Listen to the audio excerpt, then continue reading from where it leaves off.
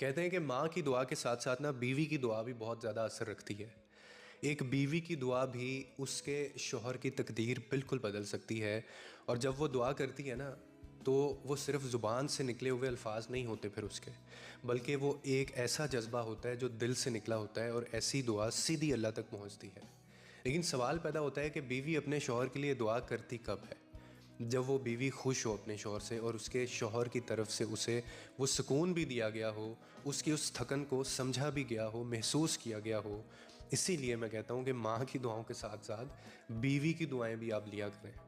بیوی کی دعا جو ہے دراصل وہ اس کے دل کی کیفیت کی ترجمانی کرتی ہے، اس کا ترجمان ہوتی ہے وہ۔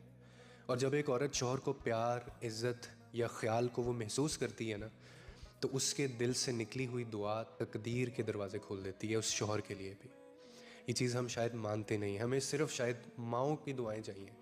اور جب وہ دعا دیتی ہے نا ایک بیوی یا ایک عورت، تو وہ شوہر کی کامیابی، صحت، عزت اور زندگی کے ہر موڑ پر ساتھ دینے والی رہنمائی بن جاتی ہے آپ کے لیے۔ اسی لیے میں کہتا ہوں کہ جس عورت کے آنسو نظر انداز کیے جائیں، جس کے خواب ٹوٹ جائیں، یا جس کے دل کو بار بار توڑا گیا ہو، زخمی کیا گیا ہو، اس کے لبوں پر پھر بد دعا بھی آ سکتی ہے۔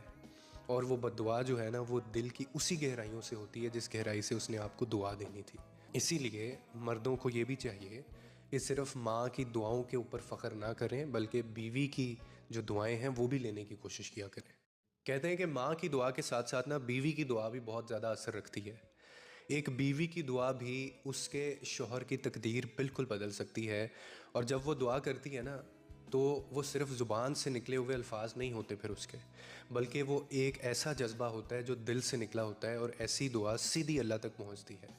لیکن سوال پیدا ہوتا ہے کہ بیوی اپنے شوہر کے لیے دعا کرتی کب ہے؟ جب وہ بیوی خوش ہو اپنے شوہر سے، اور اس کے شوہر کی طرف سے اسے